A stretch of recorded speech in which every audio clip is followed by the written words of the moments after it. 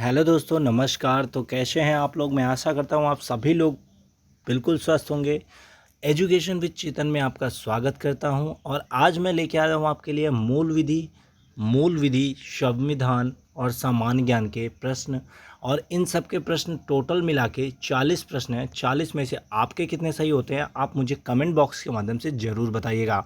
तो ठीक है दोस्तों, अगर इस वीडियो की PDF फाइल आपको चाहिए तो आप मेरे टेलीग्राम चैनल से जुड़ सकते हैं, जिसका लिंक मैंने डिस्क्रिप्शन बॉक्स में दे रखा है। एजुकेशन विद चेतन के नाम से टेलीग्राम में मेरा चैनल है, जहां पे मैं ये सारी PDF अपलोड करता हूं। ठीक है दोस्तों, तो चलिए टाइम ना वेस्ट करते हुए फर्स्ट क्वेश्चन इससे स्टार्ट करते हैं। दोस्तों वीडियो अच्छी लगे तो आप लाइक ज़रूर कीजिएगा। चलिए फर्स्ट क्वेश्चन देखते हैं। फर्स्ट क्वेश्चन क्या है? तो दोस्तों ये रहा आपका GK GS का फर्स्ट क्वेश्चन, जो कि आपकी UPSI भर्ती का है, यानी दरोगा भर्ती का। ठीक है, तो चलिए फर्स्ट क्वेश्चन रीड करते हैं। फर्स्ट क्वेश्चन देखते हैं क्या कह रहा है। भारत के किस राज्य में सर्वाधिक चीनी मिलें हैं? 4 ऑप्शन है: उत्तर प्रदेश, आंध्र प्रदेश, महाराष्ट्र, कर्नाटक। बताइए फटाफट इसका राइट ऑप्शन क्या होगा कि भारत में सर्वाधिक जो है चीनी मिलें किस राज्य में स्थित हैं। तो दोस्तों वो है महाराष्ट्र में। महाराष्ट्र में सर्वाधिक चीनी मिलें हैं, अर्थात इसका राइट ऑप्शन आपका ऑप्शन नंबर C हो जाएगा, जो कि बिल्कुल सही है। ठीक है, अब इससे रिलेटेड मैं आपको थोड़ी सी जानकारी देना चाहता हूँ। 4 जनवरी 2015 को एक उपभोक्ता मामले जो है आया था, और वो खाद्य एवं सार्वजनिक वितरण मंत्रालय सूचना के अनुसार चीनी सत्र जो है 2013 और 14 के अनुसार सबसे ज़्यादा महाराष्ट्र में होती है। ठीक है, चीनी जिले, और इसीलिए जो है इसका right option option number C है। अगला क्वेश्चन है 42। अम्ल वर्षा के लिए उत्तरदायी सल्फर उत्सर्जन का सबसे बड़ा स्रोत है। तो सबसे बड़ा स्रोत क्या होता है? 4 ऑप्शन है, राइट ऑप्शन बताइए फटाफट। कोयला दहन, ज्वालामुखी उद्गार, बायोमास का जलन, या फिर जलना, या फिर पेट्रोलियम पदार्थ। बताइए फटाफट इसका राइट ऑप्शन दोस्तों। तो दोस्तों इसका जो राइट ऑप्शन होगा वो होगा कोयला दहन। ठीक है, right option option number A है। लगभग 60% जो है सल्फर का उत्सर्जन कोयले के जलने से होता है। याद रखिएगा, 60% उत्सर्जन जो है सल्फर का वो कोयले के जलने से ही सल्फर मिलती है, याद रखिएगा।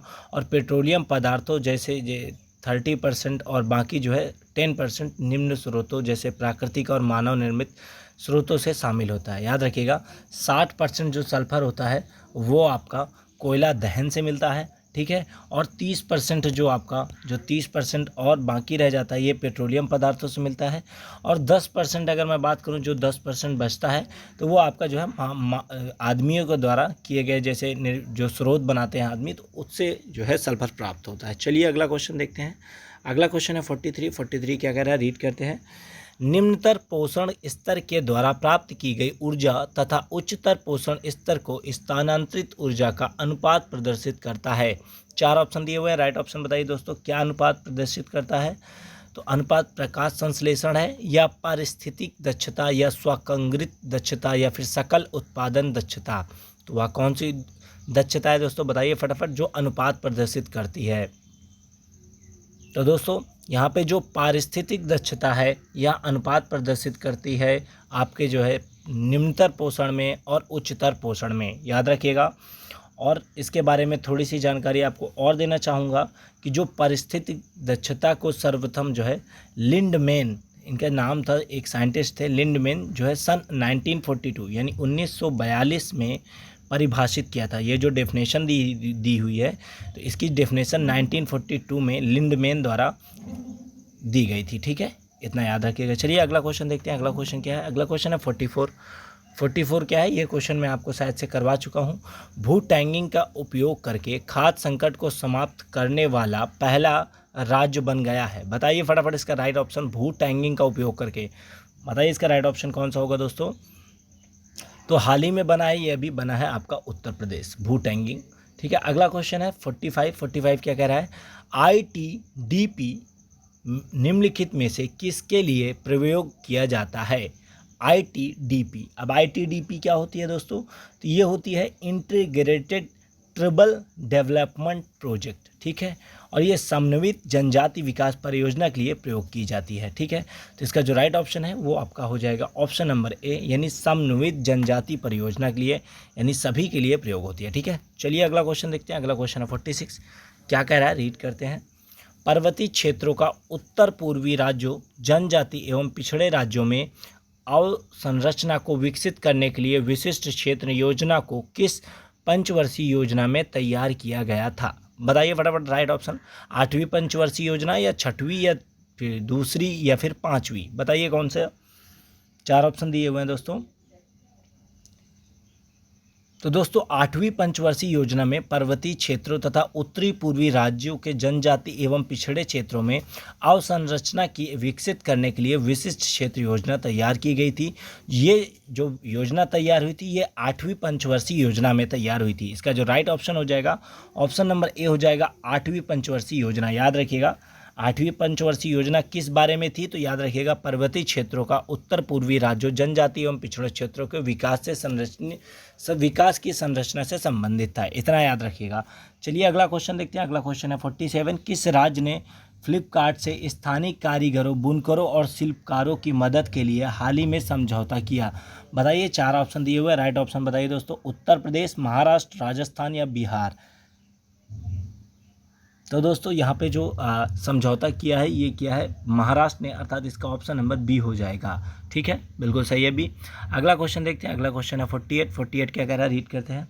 भारत की जनगणना 2011 के अनुसार निम्न में से भारत के किस राज्य में महिला की साक्षरता दर सबसे कम है? बताइए वह कौन सा राज्य है जहाँ पे महिलाओं की साक्षरता दर सबसे कम है भारत में 2011 की जनगणना के अनुसार? फटाफट बताइए दोस्तों कमेंट बॉक्स के माध्यम से। मध्य प्रदेश, बिहार, राजस्थान, उत्तर प्रदेश, कौन सा है? राइट ऑप्शन बताइए दोस्तों। तो दोस्तों 2000 गणना के अनुसार जो है यह क्वेश्चन मैं करवा भी चुका हूँ आपका। राजस्थान में महिलाओं की जो साक्षरता दर है वह थी आपकी 2011 के अनुसार 52.66% थी। ठीक है दोस्तों।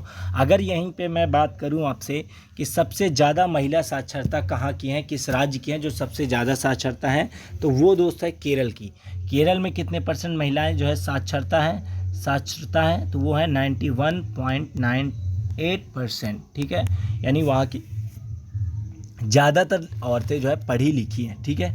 अगर बिहार की बात करें तो बिहार में 53.33 है, तो इसलिए बिहार इससे ऊपर आता है। ठीक है, याद रखिएगा। तो सबसे कम में अगर बात करूं यहाँ पे देखिए, हाँ क्वेश्चन देखिए यहाँ पे, अगर सबसे कम की बात करें तो राजस्थान, अगर सबसे ज़्यादा की बात करें तो केरल। ठीक है, अगर सबसे कम के बाद की बात करें तो वो है आपका बिहार। ठीक है, चलिए अगला क्वेश्चन देखते हैं। अगला क्वेश्चन है 49। निम्नलिखित में भारत में स्थापित होने वाली पहली लौह उद्योग कंपनी थी?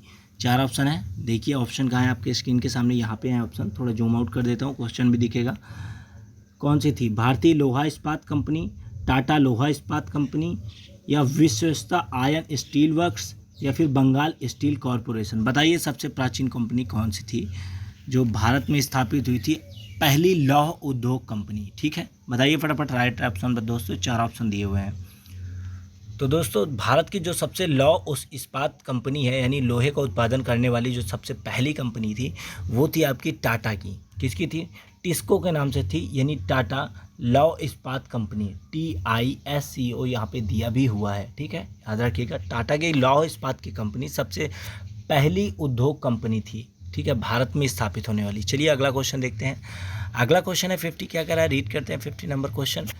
भारत के उत्तर प्रदेश, हरियाणा, पंजाब, राजस्थान, गुजरात राज्यों में लौह उद्योग न होने के प्रमुख कारण है? 4 ऑप्शन है।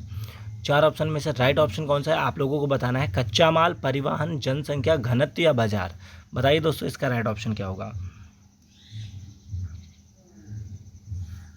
तो दोस्तों यहाँ पे जो लौह उद्योग के न होने का जो प्रमुख कारण है वो कच्चा माल ना मिल पाने की वजह से होता है, अर्थात इसका राइट ऑप्शन आपका कच्चा माल ऑप्शन ए होगा। ठीक है, अगला क्वेश्चन है 51 क्या कह रहा है, भारत में 16 वन पाए जाते हैं। तो भारत में कहाँ कहाँ 16 वन पाए जाते हैं आपको बताना है। 4 ऑप्शन दिए हुए हैं दोस्तों। ये क्वेश्चन मैं आपको बता चुका हूँ और इसमें जितने भी राज्य में मिलते हैं मैंने वो भी लिखवा रखा है। ठीक है, तो 16 वन कहाँ कहाँ पाए जाते हैं मैं बताता हूँ दोस्तों। इसके राइट ऑप्शन क्या होगा, इनमें क्या दिया हुआ है, नीलगिरी पहाड़ी पर और विंध्याचल पहाड़ी पर, या अन्नामलाई पहाड़ी पर, या पालनी पहाड़ी पर। ठीक है दोस्तों, तो इसका जो राइट ऑप्शन है वो बताता हूँ। एक तो पहले तो नीलगिरी पहाड़ी पर पाया जाता है, इसके अलावा अन्नामली पहाड़ी पर पाया जाता है, और इसके अलावा पालनी पहाड़ी पर पाया जाता है। ठीक है, तो क्या हुआ 1, 3, 4 1, 3, 4 आपके किस ऑप्शन में है?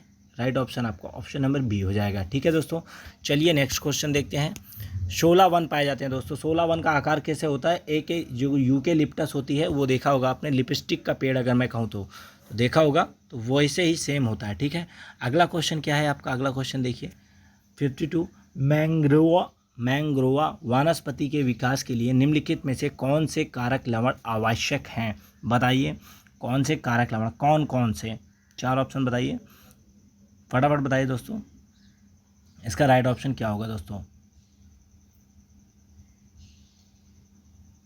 तो दोस्तों मैंग्रोवा वनस्पति की बात करूँ तो ये दलदली या कह सकते हैं पहाड़ी या कह सकते हैं खाड़ी जो होती है, या मैदानों में या डेल्टा जो होते हैं उनमें ये अच्छी तरह उगते हैं। ठीक है, और वर्षा की मात्रा जो मैंग्रोवा में होती है, वनस्पति के साथ कोई भी संबंध नहीं होता वर्षा का, मतलब पानी इस पे ऊपर से पड़े, क्योंकि ये डेल्टा जैसी जगहों में होता है। ठीक है, खाड़ियों में होता है, तो पानी की इसकी जो है कोई स्पेशल ज़रूरत नहीं होती, क्योंकि वो उसी में से अवशोषित कर लेता है। और मैंग्रोवा वन के लिए सुंदरवन का डेल्टा जो है विश्व विख्यात है। याद रखिएगा, मैंग्रोवा वन की बात करूं अगर तो सुंदरवन का डेल्टा सबसे विश्व विख्यात है। तो यहाँ पे इसके लिए क्या क्या आवश्यक है मैं आपको ये बता देता हूँ दोस्तों।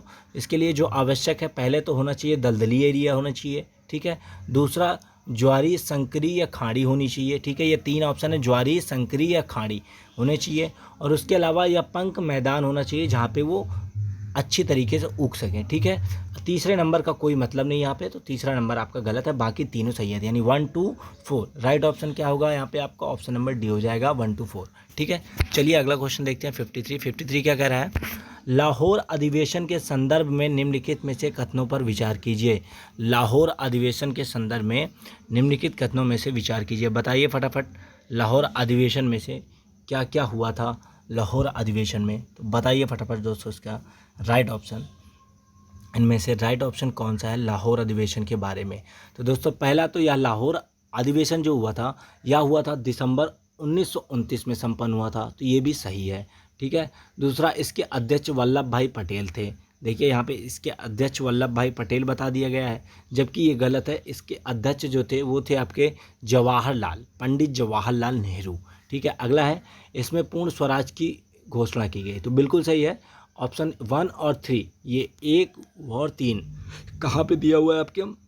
ऑप्शन नंबर बी में दिया हुआ है। ठीक है, 1 और 3 यानी 53 का बी ऑप्शन बिल्कुल सही हो जाएगा। ठीक है, 1 और 3 इसके अगर 1929 के जो लाहौर में अधिवेशन हुआ था, अगर इसके अध्यक्ष की बात करो तो वो थे पंडित जवाहरलाल नेहरू। ठीक है, अध्यक्ष के रूप में निर्वाचित हुए थे। ठीक है, चलिए अगला क्वेश्चन देखते हैं। अगला क्वेश्चन क्या है? अगला क्वेश्चन है 54। अखिल बंगाल सविनय अवज्ञा परिषद का गठन निम्नलिखित में से किसने किया? 4 ऑप्शन है, JM सेनगुप्ता, सुरेश चंद्र बनर्जी, बंकिम चंद्र चटर्जी, रविन्द्रनाथ टैगोर। तो अखिल बंगाल सविनय अवज्ञा परिषद का गठन किसने किया था? तो वो किया था आपका जो है JM सेनगुप्ता ने। किसने किया था? JM सेनगुप्ता ने। राइट ऑप्शन आपका ए हो जाएगा बिल्कुल। चलिए अगला क्वेश्चन देखते हैं। अगला क्वेश्चन क्या है? 55 है। क्या कह रहा है? रीड करते हैं 55 क्वेश्चन। भारत में अंग्रेजी कंपनी व्यापारिक गतिविधियों का प्रथम केंद्र कौन सा था? बताइए फटाफट राइट ऑप्शन दोस्तों। तो वो था आपका पाकिस्तान। भारत में जो भारत में अंग्रेजी कंपनी की जो व्यापारिक गतिविधियों का प्रथम केंद्र था वह कौन सा था? बताइए फटाफट कमेंट बॉक्स के माध्यम से दोस्तों। तो वो था आपका जो है सूरत। सूरत में पहली कंपनी आई थी ब्रिटिश की, अंग्रेजों की पहली कंपनी आई थी। सूरत से ही कंपनियों की स्थापना स्टार्ट हुई थी। ठीक है, ब्रिटिश का जो मुख्य केंद्र था, सेंट्रल था, ऑफिस था, वो वहीं पे था सूरत में। अगला क्वेश्चन है 56 कह रहा है, निम्नलिखित में से किस देश की बासमती चावल को हाल ही में GI टैग मिला है? तो वो है पाकिस्तान। ये क्वेश्चन मैं आपको करवा भी चुका हूँ, इसीलिए ये मेरे सामने पहले ही आ गया था। GI टैग मैं पढ़ रहा था और मैं ऊपर वाला क्वेश्चन भी पढ़ रहा था। तो GI टैग की बात करूँ तो GI टैग पाकिस्तान के चावल को मिला है, बासमती चावल को। ठीक है, अगला क्वेश्चन है 57।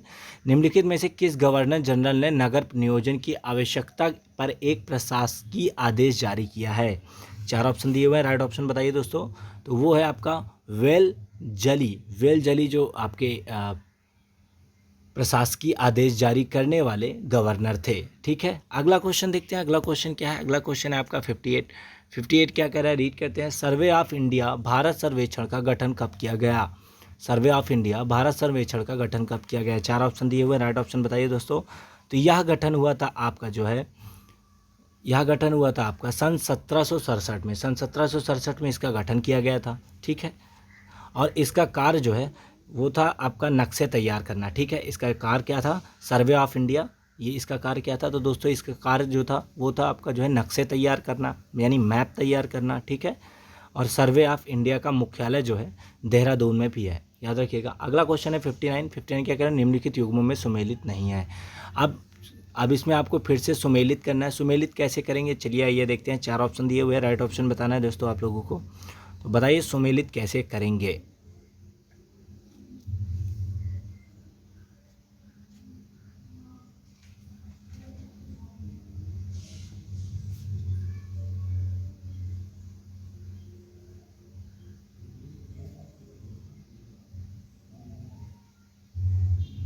देखिए दोस्तों यहाँ पे ये क्वेश्चन अभी होल्ड कर दीजिए, मेरे पास है नहीं इसके बारे में कुछ भी अभी जानकारी, तो मैं आपको ये क्वेश्चन मैं बाद में रीड कराऊंगा। चलिए देखते हैं अगला क्वेश्चन। अगला क्वेश्चन क्या है? अगला क्वेश्चन है आपका, ये क्वेश्चन मैं आपका शायद से शाम तक क्लियर कर दूंगा, या फिर मैं आपका दोबारा जब मॉडल पेपर लाऊंगा तो ये क्वेश्चन पहले ही रख लूँगा। निम्नलिखित में से कौन सी एक सबसे बड़ी संसदीय समिति है? तो बताइए फटाफट इसका राइट ऑप्शन दोस्तों। तो सबसे बड़ी संसदीय समिति जो है वह है प्राक्कलन समिति। क्या है? प्राक्कलन समिति है, अर्थात इसका right option option number A हो जाएगा, प्राक्कलन समिति, ठीक है। इसके बारे में ना पढ़े हो तो आप एक बार पढ़ लीजिएगा। अगला क्वेश्चन है 61 क्या कह रहा है? अंतर्राष्ट्रीय संधियों को भारत के किस भाग में अथवा संपूर्ण भारत में लागू करने के लिए सांसद कोई भी कानून बना सकती है? तो बताइए दोस्तों, पॉलिटी का क्वेश्चन है, बहुत ही अच्छा क्वेश्चन है। तो वो है बिना किसी राज्य के सहमति के जो है संसद कोई भी कानून बना सकती है, ठीक है। इसमें जो है संसद जो है किसी भी राज्य की सहमति नहीं लेगा। अगला क्वेश्चन है 62, निम्नलिखित युग्मों पर विचार कीजिए, ठीक है। अब देखना है यहाँ पे दर्रा दी हुई है और पर्वत श्रेणी दी हुई है। क्या दी हुई है? दर्रा दी हुई है और इसमें पर्वत श्रेणी दी हुई है। तो अब आप लोगों को बताना है इसका राइट ऑप्शन। कैसे आप लोग देखेंगे दोस्तों? यहाँ पे देखिए कैसे देखेंगे आप लोग इसका राइट ऑप्शन कैसे देखेंगे। तो यहाँ पे जो दिया हुआ है वृहत हिमालय, क्या दिया हुआ है आपका? एक तो पहले दिया हुआ है आपका वृहत हिमालय, सबसे पहला दिया हुआ है वृहत हिमालय। तो चलिए दोस्तों यहाँ देखिए सुमेलित कौन सा है। तो यहाँ पे जो है आपका 1 2 3 जो दिया हुआ है इसमें सुमेलित करने की ज़रूरत ही नहीं है, ये तीनों के तीनों एक दूसरे के सामने हैं। चलिए अगला क्वेश्चन देखते हैं, बहुत बहुत बार पूछ लेते हैं हम। इसका राइट ऑप्शन किसने मानेंगे? ऑप्शन नंबर ए को मानेंगे, ठीक है। यहाँ पे दिया हुआ भी है और ऑप्शन डी भी दिया हुआ है। चलिए अगला क्वेश्चन देखते हैं।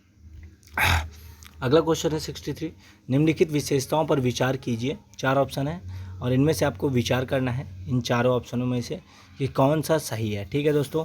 तो बताइए फटाफट। तो वो है आपका भोटिया। भोटिया क्या है? अब इसी क्वेश्चन से पहले विचार देखते हैं। यह ऋतु प्रवास करती है या खाना बदोश होती है? यह जाति बता दिया और इसका काम बता दिया, ये है भोटिया की होती है। या ग्रीष्म ऋतु ऊंचाइयों पर स्थित मैदानों में चले जाते हैं तथा शरद ऋतु में घाटियों में लौट जाते हैं। ये घोटिया एक प्रजाति होती है, ठीक है। और मानव की होती है, आदमियों की होती है, और ये ऐसे होते हैं, ठीक है।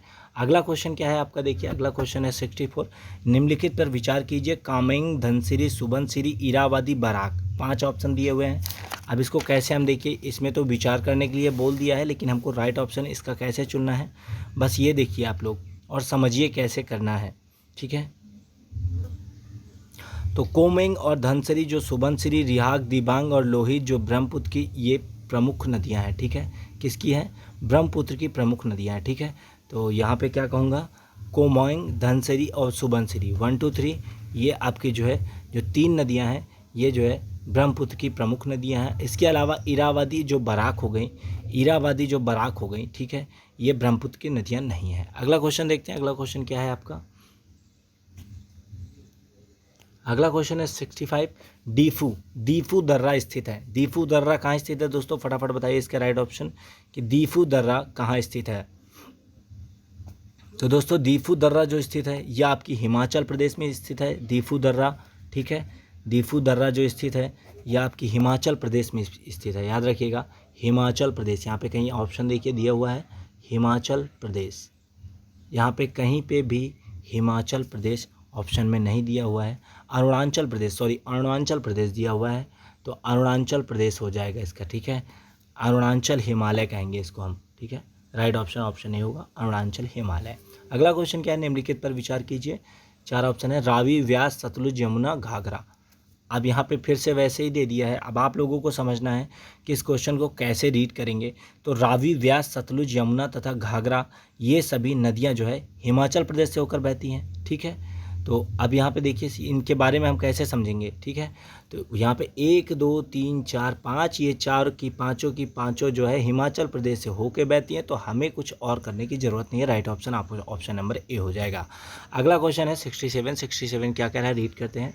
निम्नलिखित में से कौन सी विशेषता का संबंध करेवा से है। करेवा क्या है, करेवा से है, तो बताइए फटाफट कौन सा संबंध है जो करेवा से है।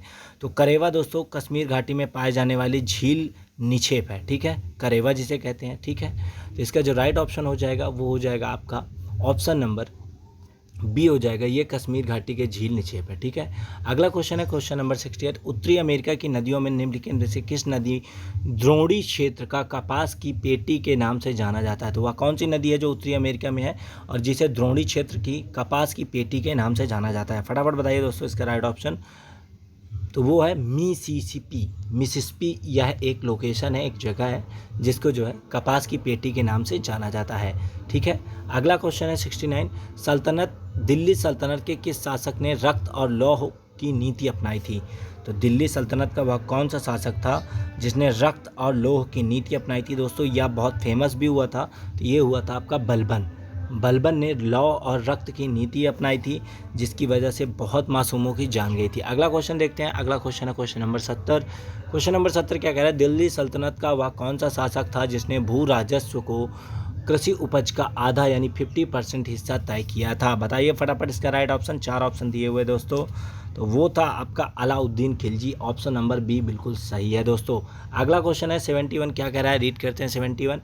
दिल्ली सल्तनत के किस शासक ने जजिया को अलग कर के रूप में वसूलने की नीति अपनाई थी। बताइए फटाफट दोस्तों। तो दिल्ली का सल्तनत जो फिरोज शाह तुगलक था, ये जजिया को अलग कर के रूप में वसूलने की जो है नीति अपनाई थी, अर्थात यहाँ पे फिरोज शाह तुगलक आपका सही हो जाएगा। अगला क्वेश्चन है 72। अलाउद्दीन के किस गुलाम ने देवगिरी आक्रमण का नेतृत्व किया था। ये क्वेश्चन भी मैं करवा चुका हूँ दोस्तों। अलाउद्दीन का जो मलिक गफूर था, ये थर्ड जेंडर था। Malik Gafur third gender means आपका गे होता है। गे का कह दूँ तो एक तो होता है पुरुष लिंग उभय लिंग, ठीक है। उसे क्या कहेंगे, मेल फीमेल, और मेल फीमेल हो गया, फिर हो गया थर्ड जेंडर हो गया आपका, ठीक है। तो वही होता है। चलिए अगला क्वेश्चन देखते हैं। अगला क्वेश्चन क्या है आपका। अगला क्वेश्चन है 73। 73 क्या कह रहा है, रणथंभौर आक्रमण के संदर्भ में निम्नलिखित में से कौन सा कथन असत्य है। रणथंभौर जो आक्रमण हुआ था उसमें से इनमें 4 ऑप्शन जो यहाँ पे दिए हैं, तो इनमें से कौन सा कथन असत्य है। तो ये इनमें से वह इस समय यहाँ का शासक राजा रामचंद्र था, ये ऑप्शन बिल्कुल गलत है। इसके अलावा इस अभियान में अमीर खुसरो भी साथ थे, सही है। इसके अलावा अलाउद्दीन खिलजी ने दिया था, ये भी सही है। हामिदेव मंगोल ने अमीरों की शरण दी थी, ये भी सही है, ठीक है। तो गलत जो ऑप्शन है आपका कथन जो असत्य है, ऑप्शन नंबर डी है। अगला क्वेश्चन है आपका 74। राज्यसभा में कांग्रेस ने किसे विपक्ष का नेता बनाने का फैसला किया था। तो राज्यसभा में कांग्रेस ने किसे विपक्ष का नेता बनाने के लिए फैसला किया था। तो दोस्तों वो थे आपके मल्लिकार्जुन खड़गे।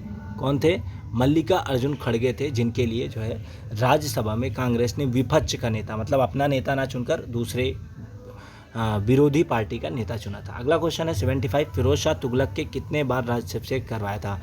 फिरोज शाह तुगलक के कितने बार राज्याभिषेक करवाया था। बताइए फटाफट इसका राइट ऑप्शन क्या होगा। दोस्तों यहाँ थोड़ा सा क्वेश्चन में डिसबैलेंस हो गया है।